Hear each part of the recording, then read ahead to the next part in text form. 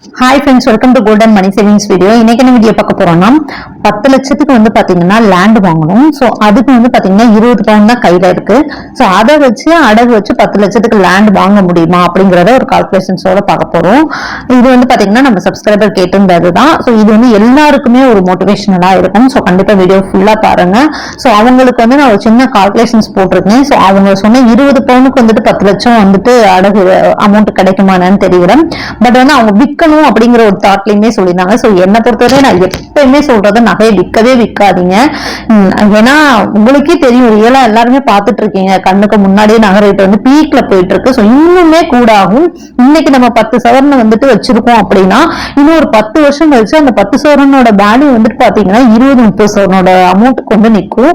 So அதனால நகை விற்கணுங்கிற எண்ணம் என்னைக்குமே வரக்கூடாது. மேக்சிமம் முடிஞ்ச அளவு நீங்க போராடிடுங்க. போராட முடியாத பட்சத்துல எவ்வளவு அமௌண்ட்டுக்கு விற்க முடியுமோ அது, அதாவது இப்போ நீங்க ஒரு அமௌண்ட் ரெடி பண்ணிட்டீங்க அப்படின்னா பேலன்ஸ் இருக்க ஒரு கொஞ்சம் அமௌண்ட்டுக்கு நகை வித்தாதான் கரெக்டா வரும் அப்படின்னு நினைக்கிற பட்சத்துக்கு நீங்க அந்த நகையை மட்டும் வீங்க. அது ரொம்ப பழசா இருக்கிற நகைகளை எடுத்து போட்டு நீங்க வித்துருங்க. அந்த மாதிரி பண்ணுங்க. விற்கணும்னாலுமே சில ரூல்ஸ் இருக்கு. நீங்க போயிட்டு நிறைய சின்ன சின்ன குட்டி நோட்டீஸா அடிச்சு அங்கங்க ஒட்டி இருப்பாங்க. அதெல்லாம் பார்த்து நீங்க கான்டாக்ட் பண்ணி போயிட்டு நகையை விற்காதீங்க. அவங்க எல்லாம் பயங்கர லாபத்துக்கு உங்க நகையை வித்துருவாங்க. ஆனா உங்ககிட்ட கொடுக்கறது ரொம்ப கம்மியா தான் கொடுப்பாங்க. சோ நீங்க எப்பயுமே நகையை விற்கணும்னா டைரக்டா நல்ல பெரிய பெரிய கடையா இருக்கும் பாத்தீங்களா, அங்க டைரக்டா போயிட்டு உங்க நகையை கொடுத்து உருக்கி நீங்க வித்துக்கோங்க.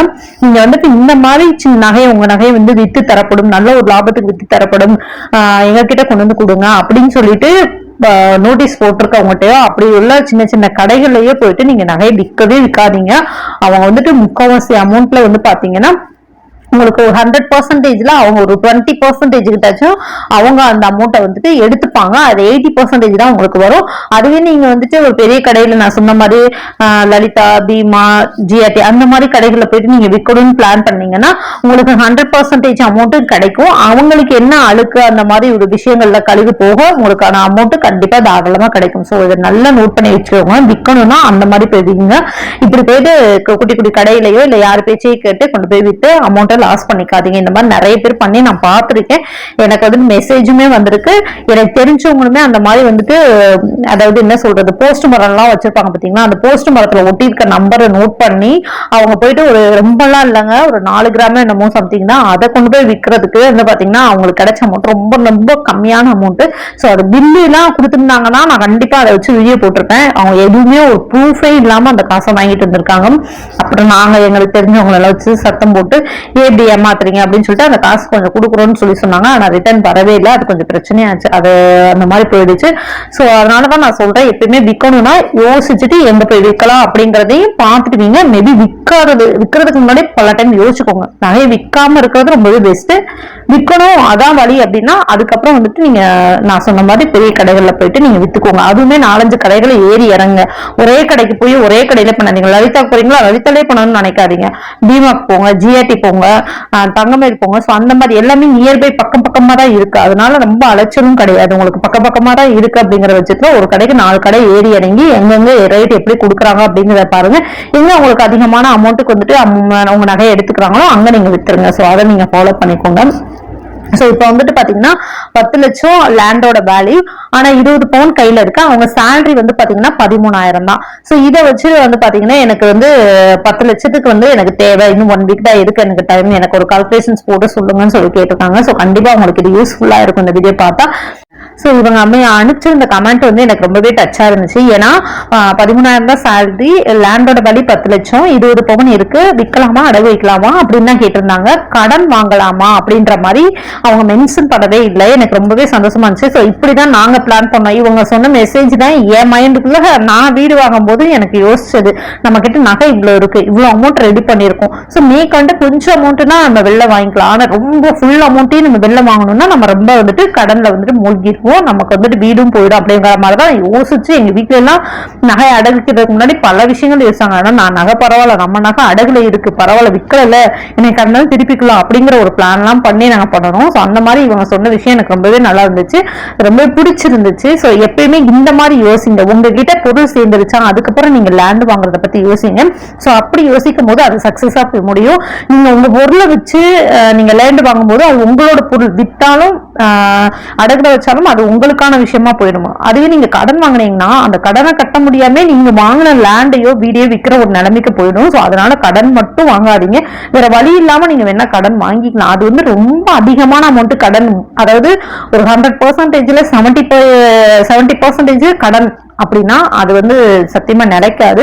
ஒரு 30% கடன் இருக்கு, 70% என் காசு தான் போட்டிருக்கேன், என்னோட பொருளை வச்சுதான் நான் போட்டிருக்கேன் அப்படின்னா அது சக்சஸ் ஆயிடும். கண்டிப்பா நம்ம சக்சஸ் பண்ணிடலாம். ஸோ அந்த மாதிரி பிளான் பண்ணுங்க. எப்பயுமே நான் சொன்ன மாதிரி 100%ல 70% உங்களோட இருக்கணும், 30% தான் வெளில வாங்குற மாதிரி இருக்கணும்.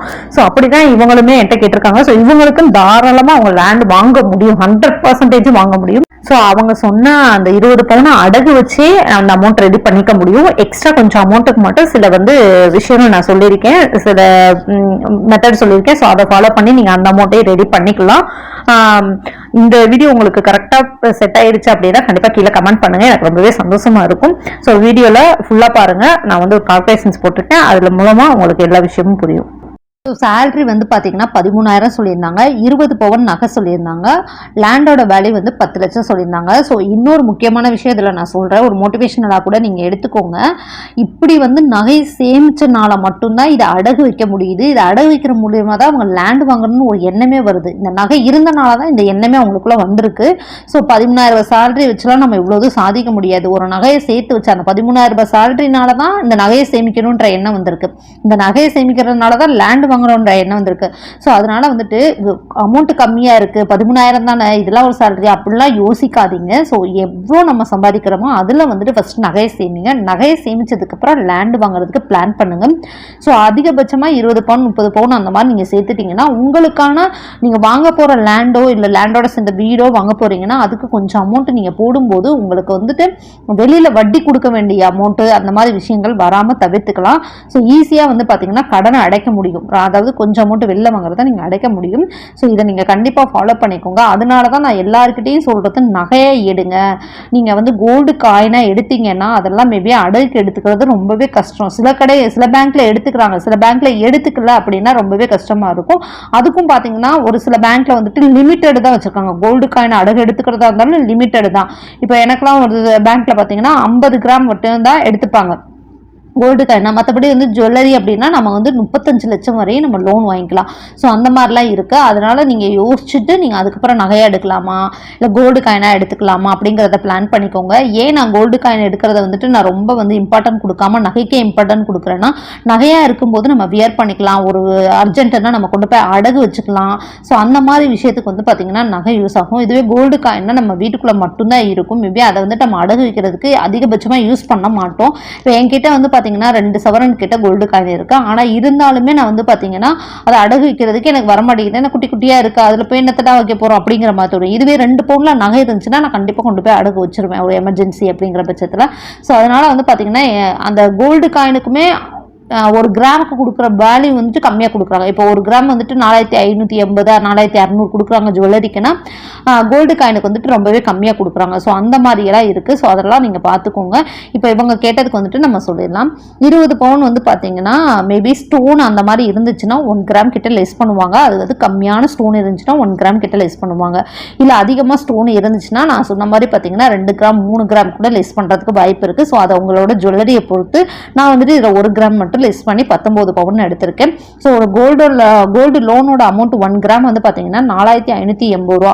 ஸோ 19 சவரன் அப்படின்ற பட்சத்தில் 19 சவரன் இன்ட்டு 8 கிராம் போட்டோம்னா 152 கிராம் வருது. ஸோ 152 கிராமும் 4,580 ரூபான்னு போட்டோம்னா 6,96,160 ரூபா. நம்ம வந்துட்டு 96,160 ரூபான்றப்போ நம்ம ரவுண்ட் அப் பண்ணி கேட்கலாம், மேபி கொடுக்கறதுக்கு வாய்ப்புகள் இருக்கு. ஸோ அந்த மாதிரி நான் கேட்டு வாங்கியிருக்கேன். நான் அது உங்களுக்கு வீடியோவும் நான் போட்டிருக்கேன், ப்ரூஃபோட போட்டிருக்கேன். ஸோ அந்த மாதிரி நீங்கள் ரவுண்ட் அப் பண்ணி 7 லட்சமாக வாங்கிக்கோங்க. ஸோ உங்களோட நகையை அடகு வச்சு உங்கள் கை காசு நீங்கள் வந்துட்டு யாருக்கிட்டையும் கடனுக்கு வாங்காமல் எந்த ஒரு தொந்தரவும் இல்லாமல் உங்களோட உழைப்பில் கிடைச்ச அமௌண்ட் வந்து பார்த்தீங்கன்னா 7 லட்சம் நீங்கள் வச்சுருக்கீங்க. ஸோ இதை சொல்லும்போதே எனக்கே அவ்வளோ ஹாப்பியாக இருக்குது. ஸோ கண்டிப்பாக அவங்களுக்கு ரொம்ப சந்தோஷமாக தான் இருக்கும். 7 லட்சம் நீங்கள் வச்சுருக்கீங்க. பேலன்ஸ் இருக்க 3 லட்சத்துக்கு என்ன பண்ணலாம் அப்படிங்கிறது தான் ஒரு சின்ன ஒரு ஐடியாவாக சொல்லியிருக்கேன். இப்போ நீங்கள் 13,000 ரூபாய் சேலரி வாங்குறீங்க. மேபி உங்கள் ஹஸ்பண்ட் வந்துட்டு ஒரு சேலரி வாங்குறாரு, அதை உங்கள் வீட்டுக்கு யூஸ் பண்ணிட்டு இருக்கீங்க. வீட்டு செலவு வரவு செலவு அந்த மாதிரி பார்த்துட்டு இருக்கீங்கன்னா இந்த 13,000ல் 10,000 ரூபாய் நீங்கள் சீட்டு போட்டீங்க 10 மாதத்துக்குனா அது ஒரு 1 லட்ச ரூபா கிடைக்கும். மேபி இல்லைக்கா நான் 13,000 தான் அதையும் நான் செலவு பண்ணிடுவேன், எனக்கு வந்து இந்த 20 பவுன் மட்டும்தான் அதை வச்சு தான் நான் பிளானே அப்படின்னு சொன்னீங்கன்னா 20 பவுனுக்கு வந்து உங்களுக்கு கிடைக்கிறது 7 லட்சம் கிடைக்குது. அது போக உங்கள் ரிலேஷன்ஸ் யார்ட்டையாச்சும் வாங்க முடியும்னா ஒரு 6 பவுனோ 8 பவுனோ நீங்கள் வாங்கினீங்கன்னா மேபி அந்த கடனை வந்துட்டு நீங்கள் ஃபஸ்ட்டே அடைச்சிடணும். ஸோ வாங்க முடிஞ்சாதான் நான் சொல்கிறேன். இல்லைனா கண்டிப்பாக நீங்கள் வெளில தான் 3 லட்சம் வாங்கி ஆகணும். 7 லட்சத்தை நீங்கள் வாங்கணும்னு நினைக்கிறத விட 3 லட்சம் வந்து பெட்டர் தான். ரொம்ப கம்மியான வட்டியில் நிறைய பேர் கொடுப்பாங்க. ஸோ அந்த மாதிரி 3 லட்சம் நீங்கள் வெளியில் வட்டிக்கு வாங்குறீங்கன்னா நீங்கள் வந்துட்டு ஒரு சீட்டு போட்டு டக்குன்னு அந்த கடனை அடைச்சிடணும். நீங்கள் வெளியில் வாங்குற கடனை தான் ஃபஸ்ட்டு அடைக்கிறதுக்கு நீங்கள் வந்து ட்ரை பண்ணணும். ஸோ இதுவுமே உங்களுக்கு ஒரு சின்ன அட்வைஸாகவே நான் சொல்கிறேன். ஏன்னா நம்ம வந்துட்டு எப்பயுமே வந்துட்டு நம்ம நகை அடகுறதுக்கே அதுக்கு கட்டணும் அப்படின்னு தான் நம்ம நிறைய பேர் யோசிப்போம். ஆனால் நான் என்ன சொல்லுவேன்னா வெளியில் வாங்கின கடனை அடைச்சிட்டு நம்ம ரிலாக்ஸ் ஆகிட்டு அதுக்கப்புறம் நம்ம பொருளுக்கு நம்ம வந்து பார்த்துக்கலாம். அது 1 வருஷம்னா 2 வருஷம்னா 3 வருஷத்துக்கு வரையும் நம்ம அதை ரினியூவல் பண்ணி வச்சுட்டே இருக்கலாம். ஸோ அதனால அந்த பொருள் எங்கேயும் ஓடி போகிறது கிடையாது. ஆனால் வெளியில் வாங்கின கடனை ஃபர்ஸ்ட் ஆஃப் ஆல் அடைச்சிடணும். இப்போ நீங்கள் 7 லட்சம் உங்கள் கடன், அது வந்து பிரச்சனை கிடையாது, அதை நீங்கள் மறந்துடுங்க. அதை நீங்கள் கொஞ்சம் கொஞ்சமாக அப்புறம் அடைக்கிறதுக்கு பாருங்கள். இப்போ 3 லட்சத்துக்கு நீங்கள் என்ன பண்ணணும்னா ஒன்று வெளியில் உள்ளவங்ககிட்ட வட்டிக்கு வாங்கணும். வட்டிக்கு வாங்கணும்னா மாதம் நீங்கள் வட்டி கட்டணும். இல்லை 3 லட்சத்துக்கு வந்துட்டு நான் யார்ட்டாச்சும் ஹெல்ப்பாக வந்துட்டு நகையாக கேட்டுக்கிறேன்னா எத்தனை சவரன் நகையாக கேட்கலாம் அப்படின்னு பார்த்தீங்கன்னா 8 சவரன் கேட்கலாம். 8 சவரன் கேட்கும்போது 10 சவரன்றப்போ உங்களுக்கு 4 லட்சம் கிட்ட வந்துடும். நீங்கள் அவ்வளோலாம் நமக்கு தேவை கிடையாது. நமக்கு என்ன அமௌண்ட்டு தேவையோ அந்த அமௌண்ட்டுக்கு மட்டுமே நகையை நீங்கள் ரெடி பண்ணிக்கோங்க. எக்ஸ்ட்ரா வெளியில் வாங்குறவங்களுக்கு நான் சொல்கிறேன். இப்போ 8 சவரன் நீங்கள் வாங்குறீங்க அப்படின்னா 8 டாப் 64 கிராம் 64 கிராம் வந்து பார்த்தீங்கன்னா 4,580 அப்படின்னு போட்டோம்னா 2,93,120 ரூபா வருது. நீங்கள் எக்ஸ்ட்ரா ஒரு 7,000 ரூபா போட்டு 3 லட்சமாக ரெடி பண்ணிக்கலாம். இப்போ 10 லட்சம் உங்களுக்கு கிடச்சிருச்சு. இந்த 8 பவுன் எப்படி வாங்கலாம் அப்படின்னா ஒரு 3 பவுன் 2 பவுன் 3 பவுன் அந்த மாதிரி சின்ன சின்னதாக கொடுத்தாங்க அப்படின்னா ரொம்பவே ஹாப்பி. இல்லை ஒரு பொருளாக கொடுத்தா திருப்புறது கொஞ்சம் கஷ்டம். இதுவே குட்டி குட்டி பொருளாக கொடுத்தாங்கன்னு நினச்சிக்கோங்களேன், நீங்கள் மொத்தமாக கொண்டு போய் அடகு வச்சிருங்க. ஆனால் நீங்கள் கிடைக்கும் போது அப்பப்போ ஒரு 10,000 5,000 அந்த மாதிரி இந்த நகைக்கு நீங்கள் கட்டி வைக்கும் போது ஒரு மேபி ஒரு 50,000 நீங்கள் கட்டி வச்சிட்டீங்க, ஒரு 70,000 கட்டி வச்சிட்டீங்கன்னா 2 பவுனை நீங்கள் எடுத்துக்கலாம். ஸோ அடுத்து வந்து கொஞ்சம் கொஞ்சமாக நீங்கள் கட்டி வைக்கும்போது 3 பவுன் எடுத்துக்கலாம். ஸோ அந்த மாதிரி வந்து பார்த்தீங்கன்னா நீங்கள் ஷார்ட் டேர்ம்லேயே வந்துட்டு நகையும் எடுத்துக்கலாம், ப்ளஸ் வந்துட்டு நீங்கள் அசலையும் அடைச்ச மாதிரி இருக்கும். ஸோ இந்த மாதிரி நீங்கள் பண்ணும்போது உங்களுக்கு வட்டியும் குறைச்சிரும். ஸோ நீங்கள் 3 லட்சத்துக்கு அடை வச்சிருக்கீங்க அப்படின்னா உங்களுக்கு நீங்கள் 50,000 கட்டும்போது 2,50,000 ரூபாய்க்கு தான் உங்களுக்கு வட்டி போடுவாங்க. ஸோ நீங்கள் அடுத்த 50,000 கட்டும்போது 2 லட்சத்துக்கு தான் வட்டி போடுவாங்க. ஸோ அப்படிங்கிறப்ப இதை நீங்கள் சீக்கிரமாக திருப்பறதுக்கு பாருங்கள். எப்பயுமே வந்துட்டு பெருசாக இருக்கிறது திருப்ப கட்டும், சின்னதாக இருக்கிறத சீக்கிரம் திருப்பிட்டீங்கன்னா உங்களுக்கு கடன் வந்து கொஞ்சம் குறைஞ்ச மாதிரி ஒரு ஃபீல் இருக்கும். ஸோ அதனால வெளியில் வாங்கின கடனை ஃபஸ்ட்டு செட்டில் பண்ணிடுங்க. ஸோ இந்த மாதிரி வாங்க முடியுமான்னு பாருங்கள். இல்லை வெளியில் வட்டிக்கு தான்க்கா நான் வாங்கணும் அப்படின்னா அந்த வட்டிக்கு வாங்கினதுக்கு கொஞ்சம் கொஞ்சமாக அவங்ககிட்ட ஃபர்ஸ்ட் ஆஃப் ஆல் சொல்லிடுங்க. எனக்கு இந்த மாதிரி கொஞ்சம் கொஞ்சம் அமௌண்ட்டாக கிடைக்கும், 3 லட்சம் நான் உங்ககிட்ட வாங்கியிருக்கேன், மாதம் 3 லட்சத்துக்கு நான் வட்டி கொடுத்துட்றேன், ஆனால் கூட ஒரு 50,000 20,000 கிடச்சிச்சுன்னா வாங்கிக்கோங்க, அந்த 50,000 20,000க்கு மட்டும் நான் வட்டி வந்து கட்டாமல் இருக்கிறேன், பேலன்ஸ் இருக்கிறதுக்கு நான் வட்டி கட்டிடுறேன், அப்படி சொல்லி பேசுங்க. ஸோ அந்த மாதிரி நீங்கள் கட்டும்போது கண்டிப்பாக உங்களால் ஈஸியாக கடனை அடைக்க முடியும். அதனால மெயினா நீங்க மனசுல வச்சுக்கிறது அந்த 3 லட்சம் வெளியில வாங்குறதுக்கு என்ன பிளானோ அதை மட்டும் பாருங்க, அதுல டார்கெட் பண்ணுங்க, அதுல நேர்மையா இருங்க, நம்பிக்கை இருங்க. ஏன்னா நீங்க இந்த டைம் வாங்கிட்டு நீங்க சரியா கட்டினாதான் அடுத்து ஒரு டைம் நீங்க போய் ஹெல்ப் பண்ணி கேட்கும்போது அவங்க உங்களுக்கு கொடுப்பாங்க. ஸோ அதுக்கான பிளான் எல்லாம் வீட்லயே நீங்க உங்க ஹஸ்பண்ட் உங்க வீட்டுல ஜாயின்ட் ஃபேமிலியா இருந்தா எல்லாருமே உட்காந்து பேசி முடிவு பண்ணிட்டு அதுக்கப்புறம் பண்ணுங்க. இல்ல எனக்கு எங்க அம்மா அப்பா இருக்காங்க, என் அக்கா தங்கச்சி இருக்காங்க அப்படின்னா அவங்ககிட்ட கேளுங்க, எனக்கு நீ ஒரு 8 சவரன் கொடுங்க, 2 பேர் ஒரு 2-3 அக்கா தங்கச்சி இருக்காங்க அப்படின்னா யார்கிட்ட கேட்க முடியுமோ கேட்டு அவங்ககிட்ட எல்லாம் வாங்கி எனக்கு 8 சவரன் கொடுங்க, நான் ஒரு 1 இயர் 2 இயர்ஸ்க்குள்ள உனக்கு 1 இயர்னு சொல்லுங்கள், 2 இயர்ஸ்னாலே அவங்க பயந்துருவாங்க. ஸோ 1 இயர்க்குள்ள உனக்கு திருப்பி கொடுத்துட்றேன் அப்படின்னு சொல்லிட்டு நீங்கள் வாங்குங்க. ஸோ அப்படி வாங்கும்போது நீங்கள் கொஞ்சம் கொஞ்சமாக அமௌண்ட்டை கட்டி அவங்களுக்கு அதே மாதிரி திருப்பி கொடுத்துருங்க. நிறைய பேர் பண்ணுற விஷயங்கள் என்னன்னு தெரியுமா, நானே கண் கூட பார்த்துருக்கேன், வேற யாருமே கிடையாது, என் மாமா தான். என் நகையை வாங்கி அடகு வச்சுருவாங்க, அடகு வச்சுட்டு ஆனால் அவங்க நகையை தான் திருப்பவங்க, என் நகையை திருப்பி கொடுக்க மாட்டாங்க. இந்த மாதிரி ஒரு 4-5 வருஷமாக ரொட்டேஷன் பண்ணிகிட்டே இருந்தாங்க. நான் ஒரு கட்டத்துக்கு மேலே எனக்கு ரொம்ப கஷ்டமாயிடுச்சு, மாமா உங்கள் நகையை திருப்பி விட்டு நீங்கள் இது பண்ணுறீங்க, என் நகையை திருப்பி என் கையில் கொடுக்கணும்னு நினைக்கிறீங்களா, அப்புறம் எப்படி நான் திரும்ப கொடுப்பேன் அப்படின்னு சொல்லி கேட்டதுக்கப்புறம் தான் எனக்கு என் நகையை கைக்கு வந்துச்சு. அது வரைக்கும் வரவே இல்லை.